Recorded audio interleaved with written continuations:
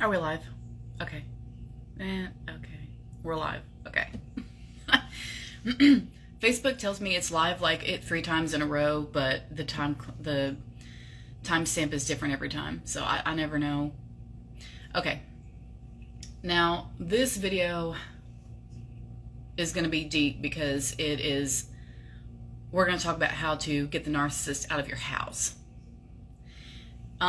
This can be hard to do if y'all are legally tied, and if you're legally married, and or you're sharing, a lot of assets. This might take you a bit longer than somebody who's not stuck doing those things, or not stuck with those things. If you are in a situation where y'all aren't really legally bound and he's just living with you, or leeching off of you, or he's turned your house into his little pit stop where he's just going to chill and hang out and shit like that, it is easier to get him out that way.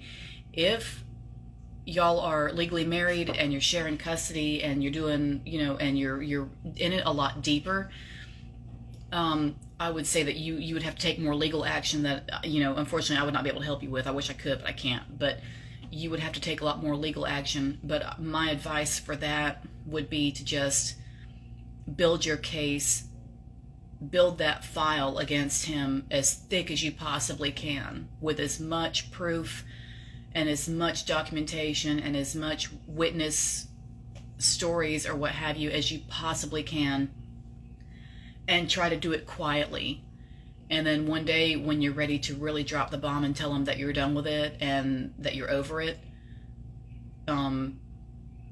present him with all the shit that you have on him, or at least tell him that, you've built a case against him, and if he makes the wrong move, it's going to be hell, and that he needs to just, bow out quietly and go get a hotel room and consider, what he needs to wear for the court date. If it was me, that's what I would do. That's what I would do. Because if y'all are legally married, that's another animal. I didn't have to deal with that. I wasn't married to the ones that were bad to me like that, so I didn't have to fool with all that. But the ones that were living with me that I had to get rid of in other ways, and in sneaky ways, and didn't necessarily need all that paperwork and didn't have to get a lawyer for it. It was a lot easier, obviously. So this is because I can't help you with the legal stuff. This is mainly geared towards everybody who doesn't need as much legal help. Like if y'all don't have shared assets and shared custody and things like that. I would still advise to do the same thing, which would be to build your case quietly. Do not let him know, her, whatever, I don't care. Do not let your partner know, the narcissist know, that you are documenting the stupid things they're doing, filming arguments or violent outbreaks. Don't let them know that you're screenshotting the stuff they say that's threatening or makes you feel unsafe or whatever, or anything that you can use. He doesn't need to know any of that shit. He doesn't need to know any of that. You just quietly document as much as you can. If you can manage to put up hidden cameras in your house, I would highly suggest it, because you never know when a fight is going to break out where he starts breaking stuff or throwing chairs or some shit like that, and you are going to need that evidence, because that shows hostility, and it shows that y'all aren't, you and the children especially, of course, are not in a safe environment, and that needs to be addressed. So if you can put up cameras, I would do that. If not, at least put your phone somewhere, or start recording, secretly if he's about to show out, because you're going to need that evidence. But document as much as you can. If you can manage to go through his emails or go through his phone when he's not there, don't take screenshots with his phone and send it to yourself, because it may be too much evidence for that. But you can get your phone, take a picture of his screen. You know the drill. People used to do that anyway, before screenshots. But if you ever have a chance to go through his phone, see what he's doing, especially if y'all are legally married, of course, if he's cheating on you, that helps. You can get that too. But like I say, document every single thing that goes on, and hide that stuff and make copies of it. I am hardcore about making copies of documents. I have there was a time when I was obsessed over it because I had somebody hounding me who had no business hounding me after the fact. And I made copies of legal documents up the wazoo, and I had them everywhere. And I had my friends hang on to documents and everything. So if that's something you can do, if you can trust somebody, a friend of yours, a relative or somebody, to hang on to copies of things that you have, I suggest doing that. Because if he goes through your shit and shreds it or whatever, it won't matter because someone else has it too, and he doesn't know who that is. So let him think he's destroyed your originals and whatever. He hasn't, right? So, and when it comes to manipulating him and playing mind games with him and stuff like that, I would suggest doing that. But I would suggest, if you can, go along with what he does and go along with what he wants to make it seem like you're cooperative and you're easy to deal with and you're easy to get along with and all that kind of shit, and make it seem like, make him think he's in control. Okay, this same stuff, I'm going to say a lot of the same stuff in this video that I did for the video about how to plan your escape, but this is for the women who own the house or the apartment that they're in, like it's in their name. If it's your place and he's just there, then a lot of this stuff will apply to you that was in that video. And that part is mainly act like you're going along with all that shit for as long as you can.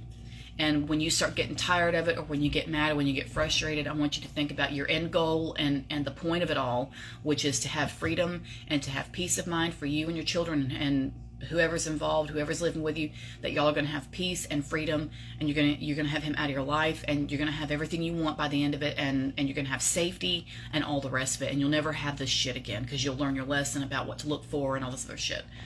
But for the time being, I think it would just be easier on you if you went along with what he said, went along with what he did, make him think that he's running the show and he's in charge and he's getting everything he wants and shit like that, and he's important and whatever. Because if you don't, and you argue with him day in and day out, he's gonna get worse and worse, and he's not gonna give you things you need. He's not gonna help you with shit you'll need. He's not gonna take care of you like he's supposed to anyway, and things like that. And as you argue, he's going to be more and more impossible to deal with. He'll be easier to deal with if you have him thinking that everything's fine. He'll be easier to deal with. You'll be able to get things from him that you need. You'll be able to get money from him if you need it. You'll be able to get him to put assets in your name, like a car or something like that, or a phone or whatever, if you need it. If you're, to put it plainly, if you're easier to handle every day, for the most part, and you don't give him any shit, he'll be quicker to give you things and do what you need and shit like that, instead of y'all arguing all the time and him having more opportunity to become more and more abusive. If y'all are constantly, if you're still fighting with him and you're still resisting him and resisting the situation and still expecting certain things from the situation that aren't going to come, you're not going to get anywhere, because you're just arguing every day, and you can't get anything out of that. You can't benefit from that. You got to make this where you can benefit from the situation as much as possible, and that is to have him thinking he's running the show. Let him think he's in control. Women have been doing this for so long anyway. This is in you. This is ingrained in you to be able to do this. You just need to tap into it and just use it. We've had their boot on our throats for 6,000 years. All they left us was our power of manipulation. That's all we had left. That was the only power we had left. So we said, well, fuck it, we'll just use that. And we've been doing that, and for millennia, and that was all that was left to us until like the 80s. So, just use what you have. Just use what you have. If all you can do is play mind games and have him thinking he's special, and that you'd be nothing without him, and could he give you $100 for something you need to do, something like that, some shit. You're going to take some class. You need him to pay for that. That way, when y'all split, you've got your certificate, and you can go get yourself a little job and make $18 an hour doing something, and you won't need him anyway, and it won't matter that he's gone. Do you see what I mean? You have to have him, when you get him to pay for things for you, or to give you things, or do shit for you. You have him thinking, and you'll know how to do it because you know him well enough to know how to get into his head. Have him thinking that it's going to benefit him in the long run in some way or another. Now, I want you to keep in mind, there's going to be times when you might have a little bit of guilt sneak up on you about this. Oh, I shouldn't be lying to him. I shouldn't be doing that. That's not good. I'm not that kind of a person. No, you're not. You're not. But right now you are. You're going to have to be, because look at how he's lied to you all this time and the shit he's done to you all this time up until now. You can't tell me that you should feel bad about twisting the situation 1 or 2 times to get something you need, because you're going to get yourself out of there. But you need to build. You need to build it. You've got to. You're going to have to lie your way through some of this shit, because he's done all this other shit to you and he doesn't feel bad about it. So, do you see what I mean? So some of that stuff, some of your, I hate to put it this way, but some of your values you're going to have to drop.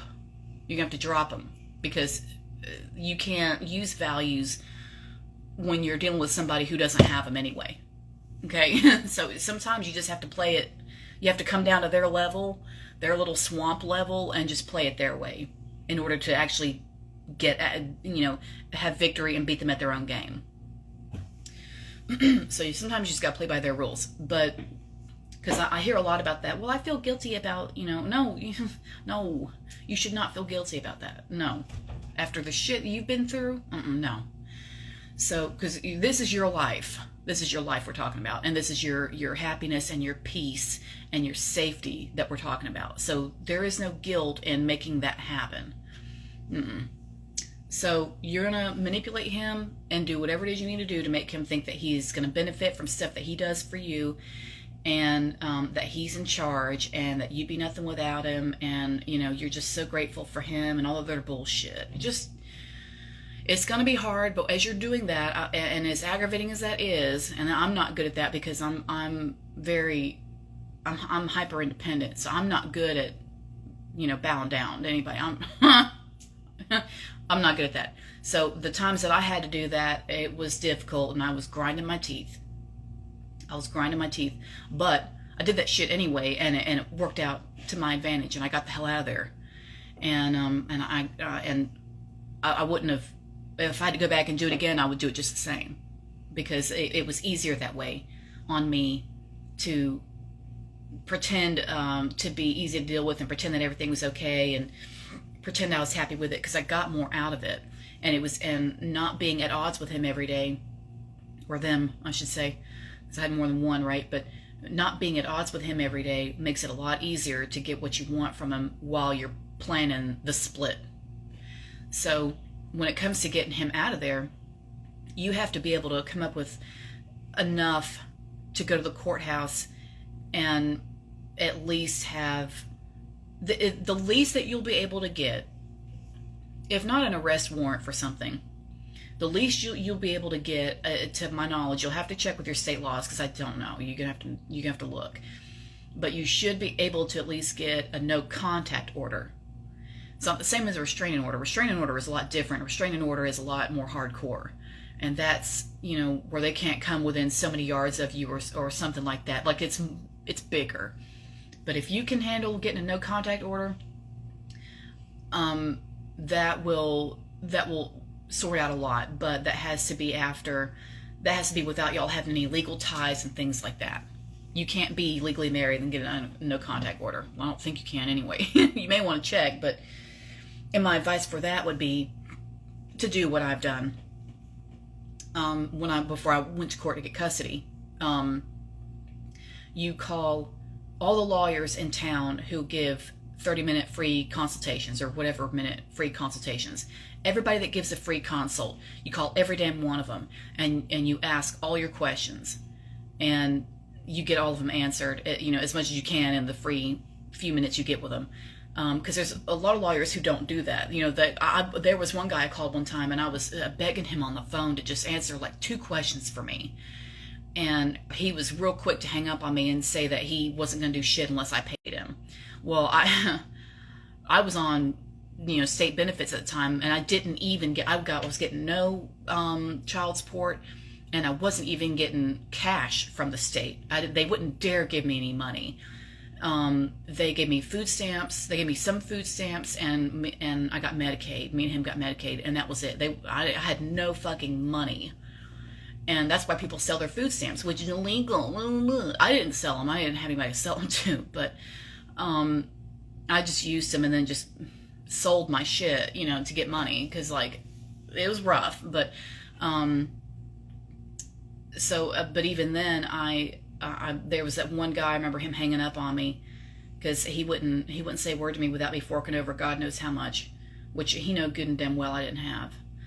And so I skipped over him, but I found other lawyers that would give me time, and they did talk to me, and I got my questions answered, and I was fine after that because I felt better because I had my info that I needed. So I just did that. Just call everybody that gives free time. That's all you gotta do. There's no such thing as I can't afford a lawyer. If all you gotta do is get some questions answered, then you can do that. You can at least do that. But I would do that and find out about your state laws about what to do about a no contact order and stuff like that. But don't bring that, any of the stuff that you're doing, don't bring to his attention or put in his face or mention at all or give any hints about it or anything until you are good and ready to get him out the door that same day that you've mentioned it.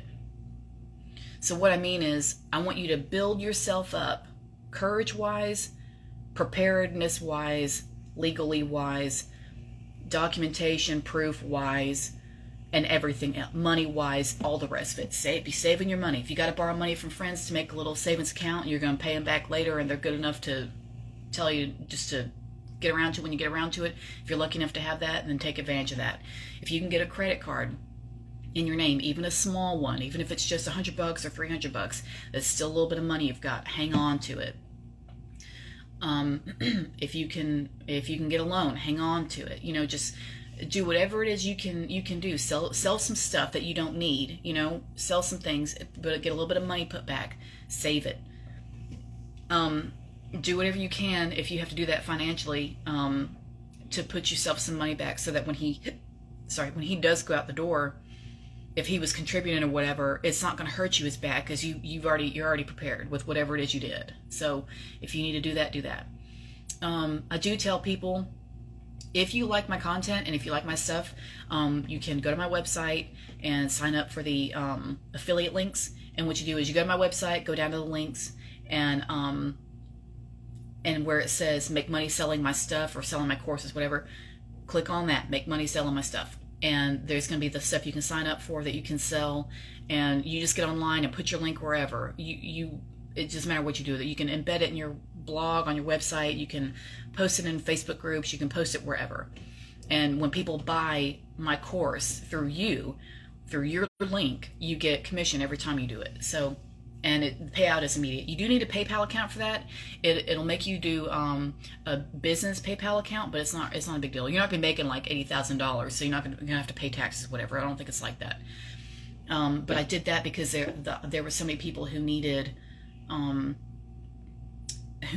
extra money, just something quietly that they could secretly put back, and I created that because I thought that would be, helpful. And so far it looks good. So far people have been making sales and doing good, and I'm just telling them to get that money. You may as well, if you like my stuff and you don't mind telling people about my stuff and my courses and everything.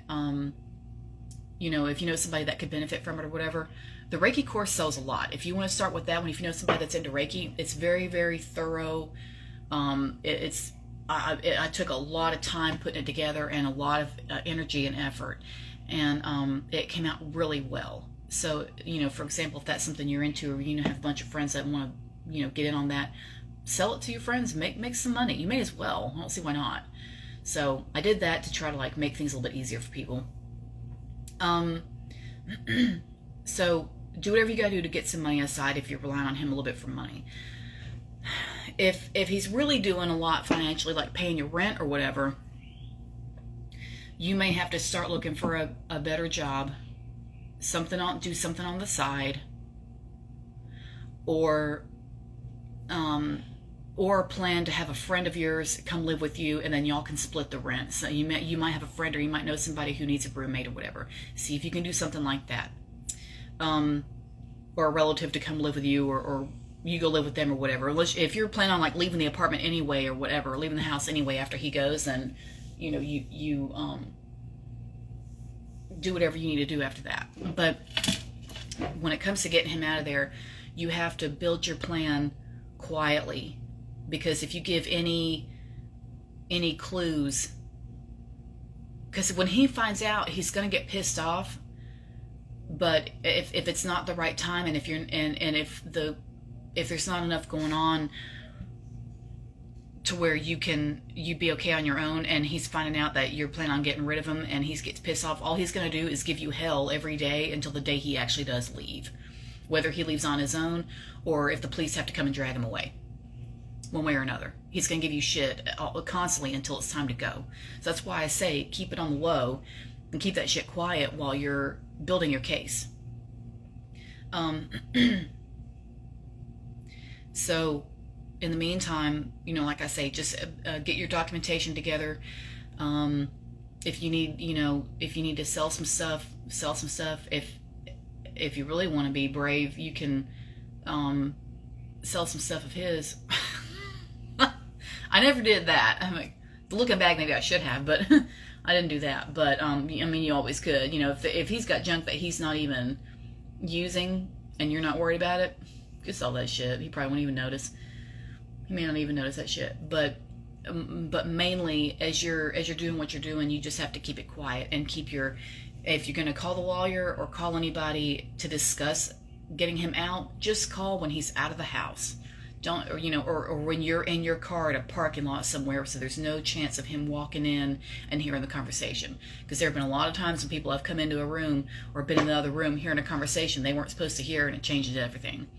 So, when you decide to call a lawyer to get that free 30-minute consultation and get some questions answered, do it when you know the two of y'all are miles apart. And if you have to pretend that you're going to work or something, and you get dressed and leave the house and go to work or go somewhere else, and just hide out and make a fucking phone call. Some people have to do that. I've had to do that. If that's what you gotta do, do it.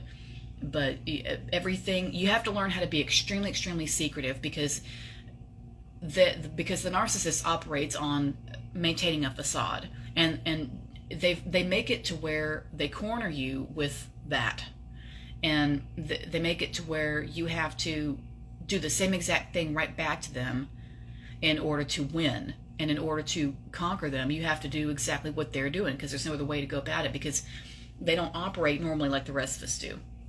And they operate on being fake. And since you're not fake, sometimes you just have to do that in order to give them a taste of their own medicine, as it were. So you just have to pretend, like I say, that everything's okay, and that, you're happy and all this other shit, and get whatever you can from him, get whatever money you can get from him, get whatever assets, whatever stuff, have him buy some expensive stuff for you, like electronics or some shit, or expensive clothes, but especially electronics. Electronics sell fast, so I would go for that. But get him to buy you, a brand new phone or something, or a brand new television or whatever, and keep the old ones. Keep the old TV, keep the old phone if you can. And once you get rid of him, you sell the brand new phone or the nearly new phone, and you sell the brand new or nearly new television and get you some cash. Or better yet, if you have the receipt and you can get the cash instead of it going back on his card, take it back to the damn store and return it if you can. You could even do that. I mean, there's a million ways to get money. You just got to sit down and think about it. But especially if you're having to build up some money, for the time after he leaves, you just got to do whatever you can, just whatever you can think to do. There's also a video I did a couple of years ago, I think, where on my YouTube channel, if you want to go look, I guess it's just called Money Saving Tips. That's probably what I called it. But if you want to go back and look at that video, that has a bunch of stuff that I made a list of one night, just sat down and just did a video for it, just because it's a lot of that stuff is stuff that I've had to do before when things were just rough, and narcissists are not, it's just stuff I've had to do before. So that might help if you need some ideas. But you could also Google it or just post on Facebook or something. Just say money saving tips, anybody, whatever, and people will come up with all kinds of weird stuff. But all of it will work, because they've done it. And everybody's had to do, almost all of us have had to do weird shit to save money before. So it never hurts to just ask. People aren't gonna shame you for that or whatever. And if they do, fuck them, right? But for the most part, don't be afraid to ask for help with things like that. And if you have a family member or a friend who's generous and who wants to help you out, get a little bit of money from them if you can, $100, $200, whatever. Open your little savings account no one knows about. And just like quietly be putting money in there. Even if all you put in there is $5 a month or whatever, it doesn't matter. You're still putting something in there. Any progress is good progress. But like I say, if you can get him to buy you expensive stuff while everything's going okay, if you can get him to buy you expensive stuff that you can turn around and sell later as soon as you get his ass out, I would say do that. Because you don't need that junk anyway. If you already have shit, this is just like him spoiling you because you were on good behavior or whatever the fuck, because they will. They'll do it, if they have the money to spend, they'll do it most of the time. If he's broke, then it won't hurt you to lose him anyway, so then don't stress it. But if he's got money to spend, entertain him and then get something out of it. Get something out of it. So by the time he goes out the door, you've got all that shit you can get rid of and just get the damn cash and be on your way.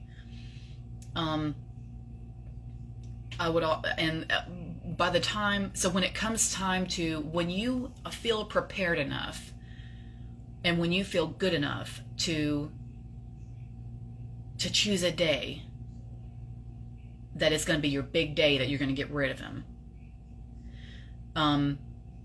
you're going to mentally prepare yourself for that day. And you're going to do things to soothe your nervous system, because confront him is going to be hard, because he's made you feel afraid, he's made you feel powerless, he's controlled you, he's made you feel bad about yourself. He's done a lot of damage to you, and he's put you through a lot of shit, and he's done a lot to you, and it's going to be hard to because men make you, narcissist or not, they'll make you feel squashed, the same way fathers do. And it's that same, a lot of times, a narcissist or not, a lot of times it's that same energy they give you, when they're yelling at you or shit like that, or when they're hitting you. That's like, it's just like dad doing it to you all over again, for those of you who have been through that. And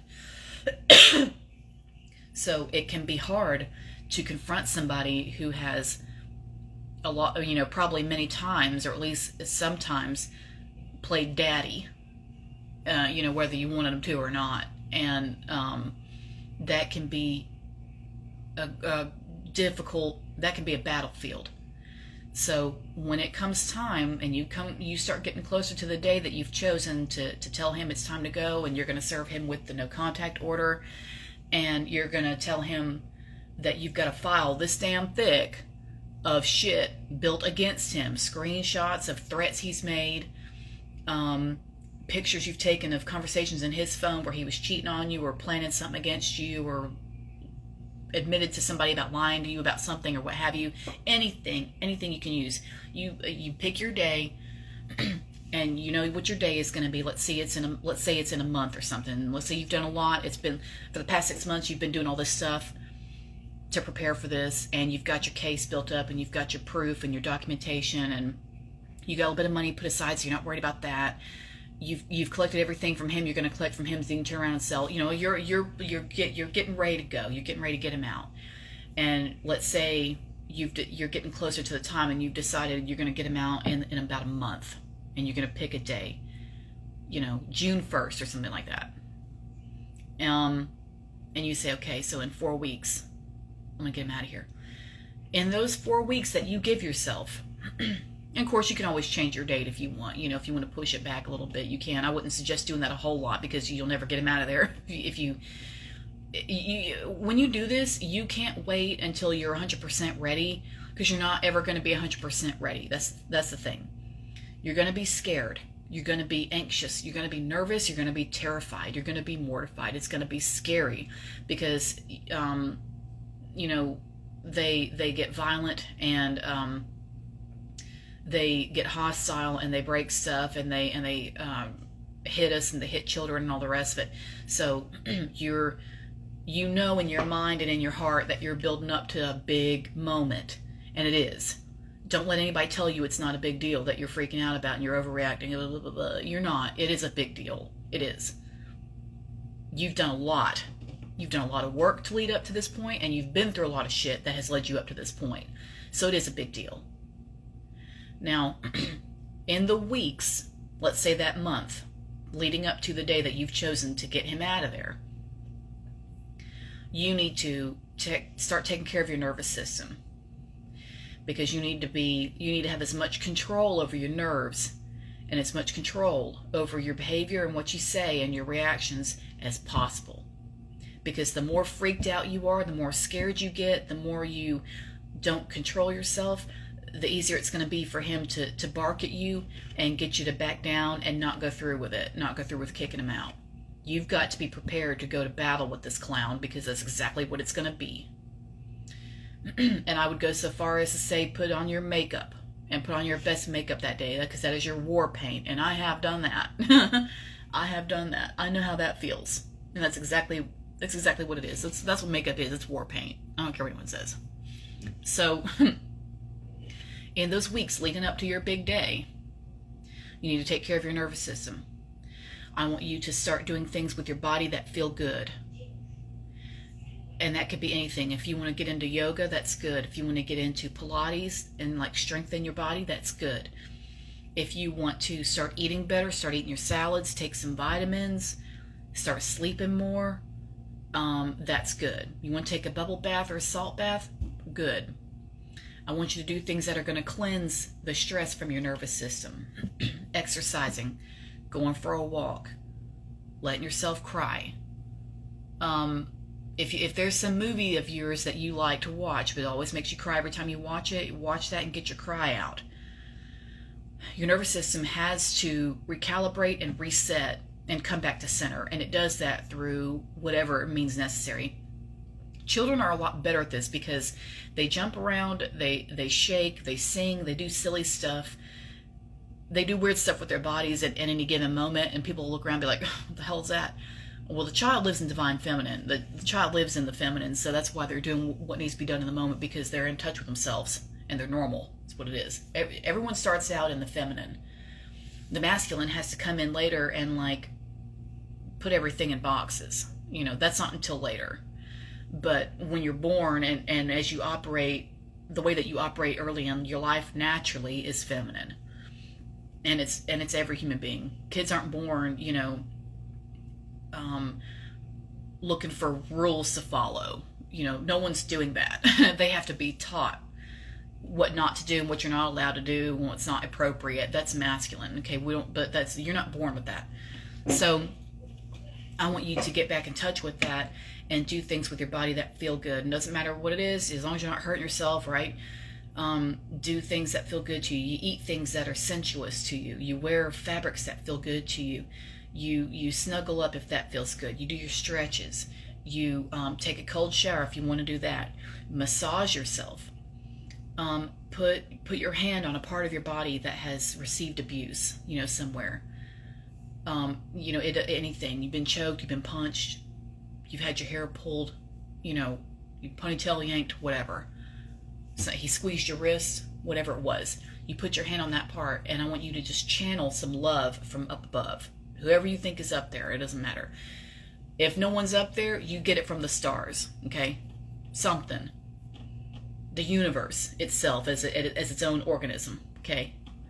You channel the goodness, whatever you want to call that, love, healing vibes, whatever you want to say, and you just see it beam down into you and down into your body and through your healing hand, your working hand, and you send it straight into that part that got abused.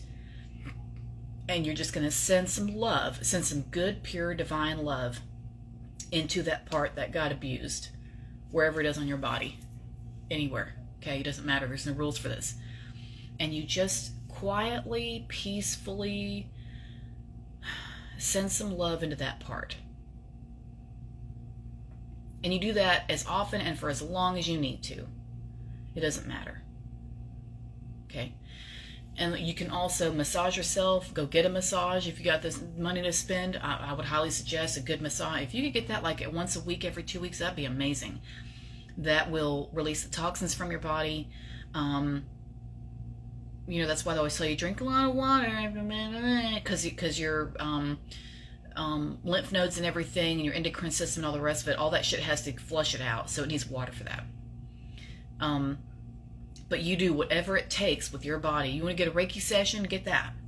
You want to do cord cutting, get that. You know what I'm saying? Whatever feels good. Energetically, physically, psychologically, emotionally, whatever. And you are going to make your nervous system feel good and let it have what it wants as much as you possibly can. As much as you possibly can, because you have to build up your strength in more ways than one to be able to confront this guy with as much as possible regulated nervous system, so that when you are face to face with him, telling him, look, it's time for you to go. Here's the no contact order. Or actually, I think it has to be served by the sheriff. I'm not really sure, or magistrate or something. But it's got to be served. You can't tell somebody there's a no contact order. There has to be a document, and it's got to be served. I'm pretty sure. But check with your damn locals, because I don't know. Everybody's different. So you're gonna let him know, or let him get served with no contact order. And usually when you do that, it should be that same week. Once they process the paperwork and everything, it shouldn't take too long. It shouldn't be like a month-long thing. And usually it's a few days. So let's say you have a new job lined up or something that he may or may not know about. He may not have to know that you have a new job. You can just tell him the schedule change or something. If it's a different schedule or whatever, he may not have to know all that. So that way you got your money lined up and stuff like that, and you're not worried about him not having him around. But get your ducks in a row, and then go down to the courthouse, do your no contact order or whatever it is you're going to do. Or if you can get a restraining order, shit, get that. Get whatever. You tell them everything. You tell them everything.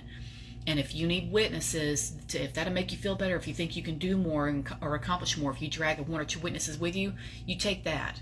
Take those people with you. If somebody can go just in solidarity or whatever, take them with you. The more you can get out of the courthouse in your little visit, the better.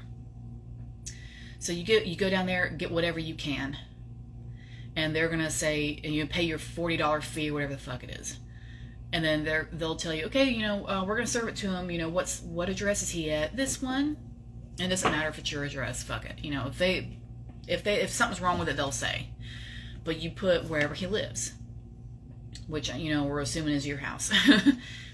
And then you just give him a few days, and they're gonna show up. And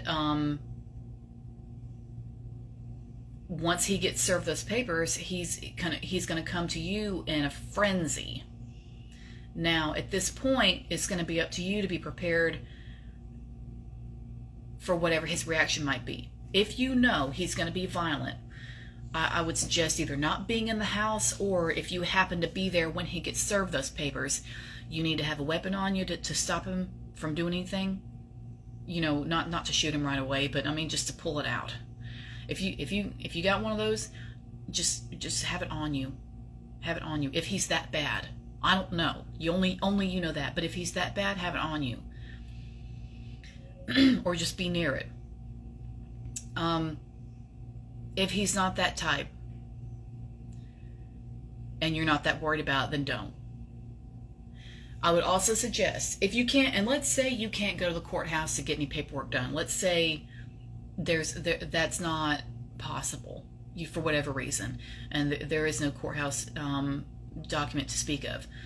Or they said that they didn't have enough to get you the paperwork you needed or whatever. All right, fine. So if this is me, this is what I would do. You're going to call everybody you know, who can come and help you.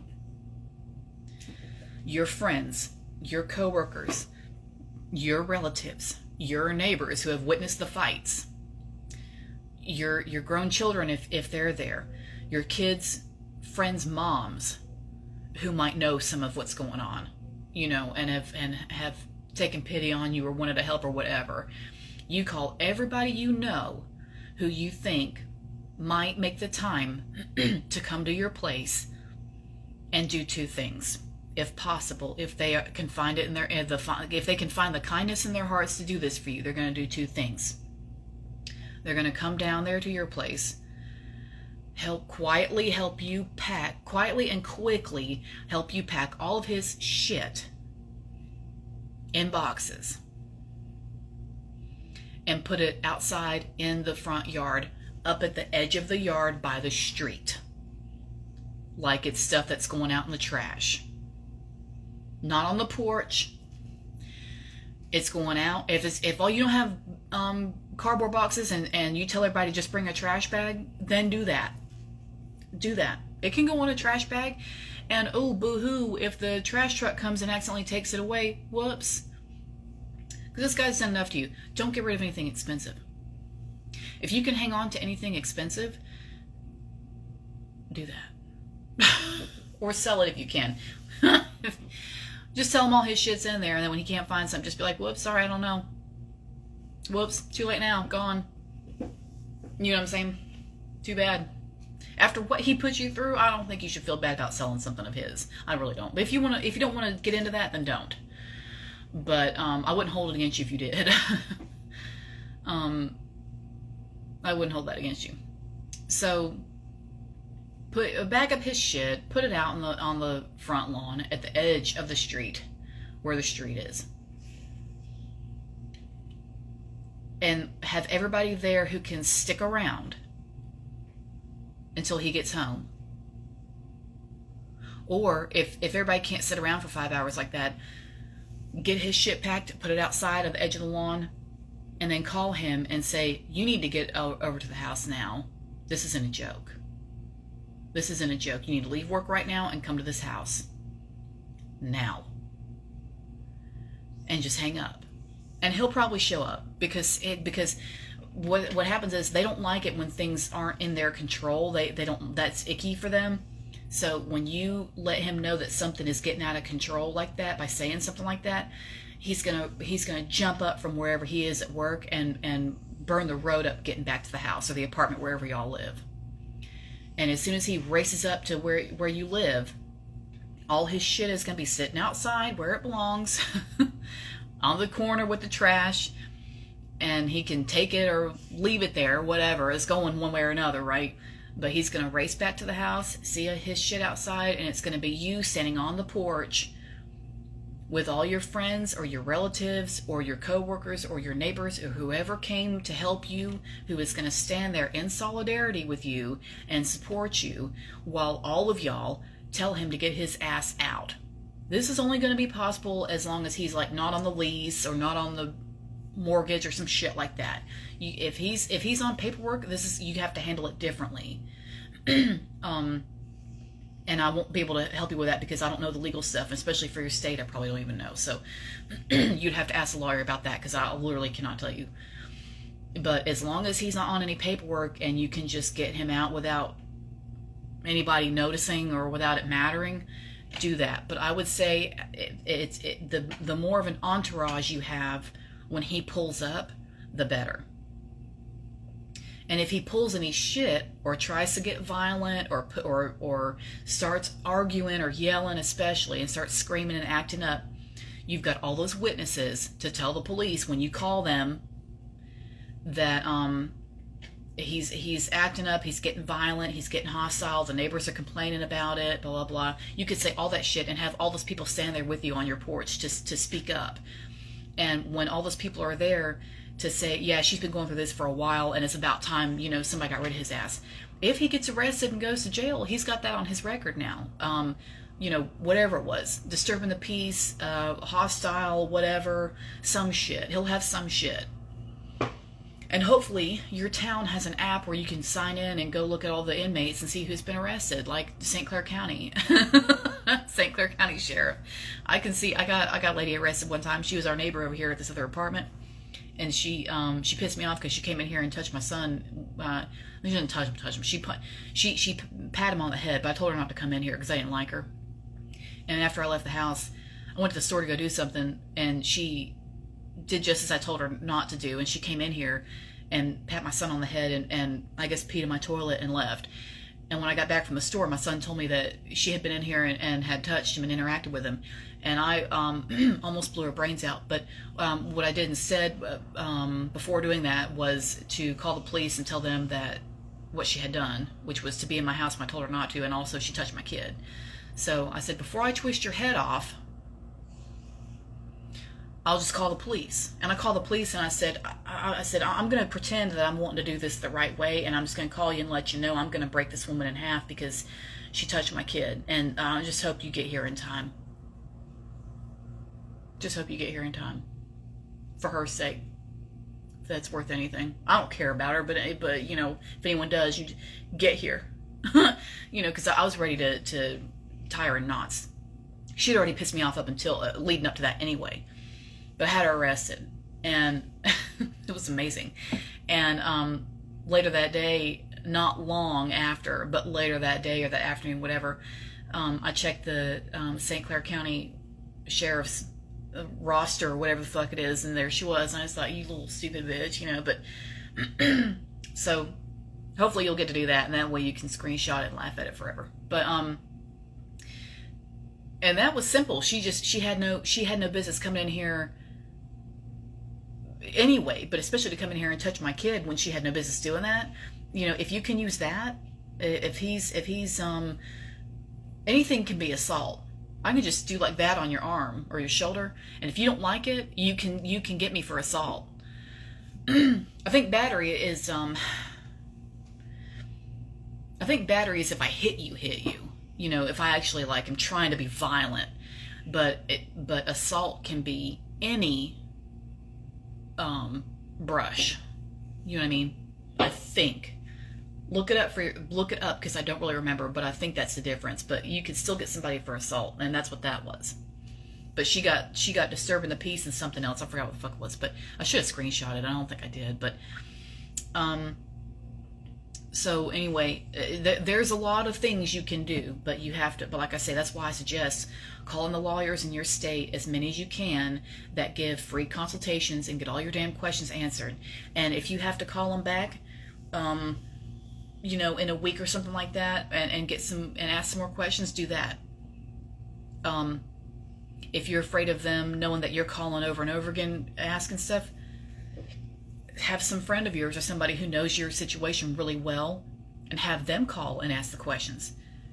That way it's a different voice and a different name and a different person, but you're still getting your questions answered. It's just not you. Because if they catch on and realize that you're the same person over and over again, they're going to be like, oh, you need to come in and get a real session and pay, you know, $900. But there's ways to get around that. If you need to save your money, there's ways to get around it. There's ways to do it. I'm telling you.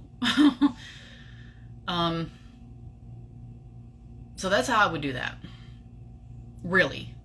But that's only if y'all don't have any legal shit to go through. Like I say, if you've got real legal problems you need to deal with him first, you're going to have to get that squared away however you can in your state. And I don't know what the rules are for that. So you just have to look. You just got to do your hardcore research and figure it out. I wish I could help y'all with that stuff, but I can't. So, but like I say, if you're not, what you need to get past is the fear of doing worse or not living as well after getting rid of him. Because you're going to be under the impression that, what do I do if I get rid of him? How am I going to pay the bills? How am I going to blah, blah, blah. Just have something lined up and trust that what you've done, and trust your efforts and trust your work and the things you've been trying to do, that's going to work out for you. You have to trust yourself. You have to trust your choices. And if you can get at least 2 people, well, at least one, if you need help paying the rent or whatever after he goes, I would say get at least one person to promise or to agree to come in and live with you and split the rent or whatever with you after he goes. Ideally, I would say 2, because that way if one person backs out or can't do it, you've got the other person. If it was me, that's how I would do it, because you gotta do it. If that's not possible and you can't get the rent paid or whatever, then you may have to find a smaller apartment that you can afford, for the time being, for the next year or so, whatever, or 6 months, whatever it is. Some places do 6 months. But I would have to leave that to you, because I can't figure all that stuff out for you. I wish I could, but I can't. So that is how I would do it. I've done things similar to that.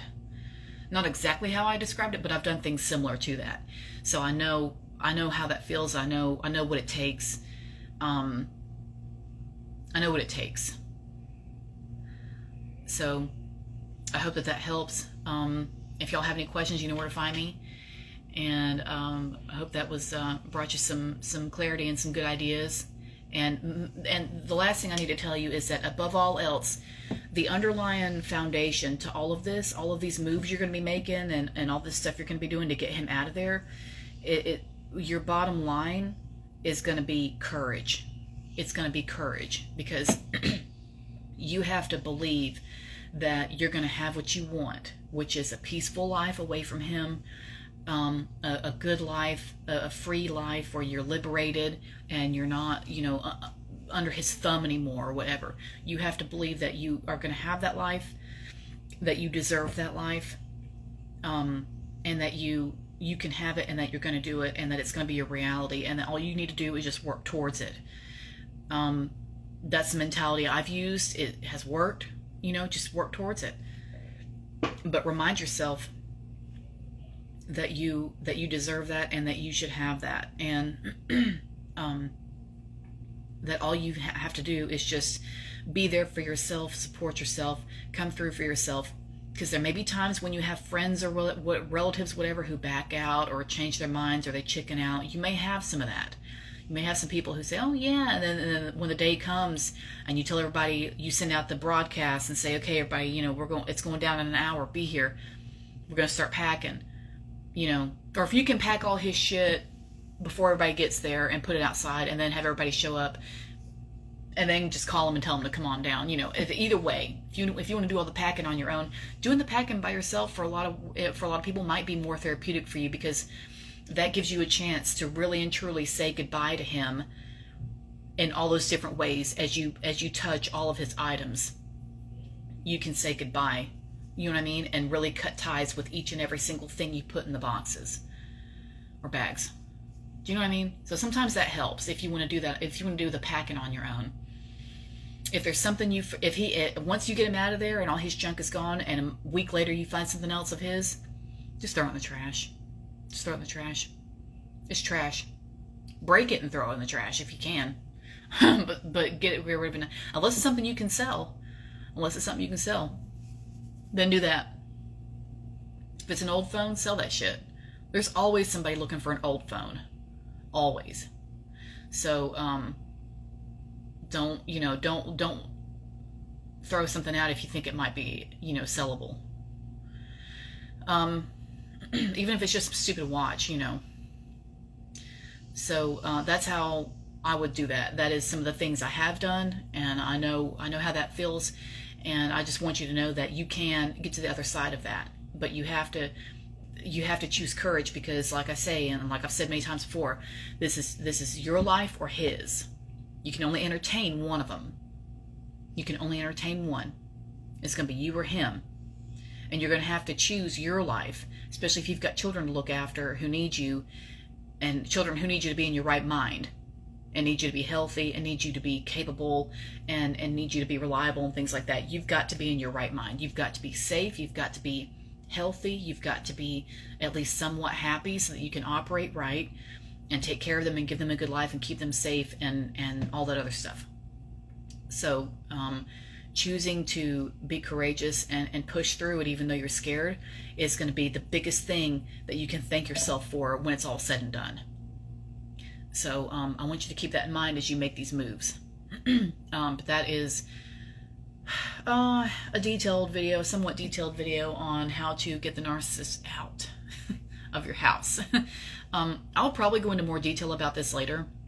There's not a whole lot of legal stuff I can tell you, obviously, but as I develop more ideas and come up with some more things, that, I may do a part 2 for this, who knows. But that's it for now. I hope that was helpful. I hope that gave you some ideas.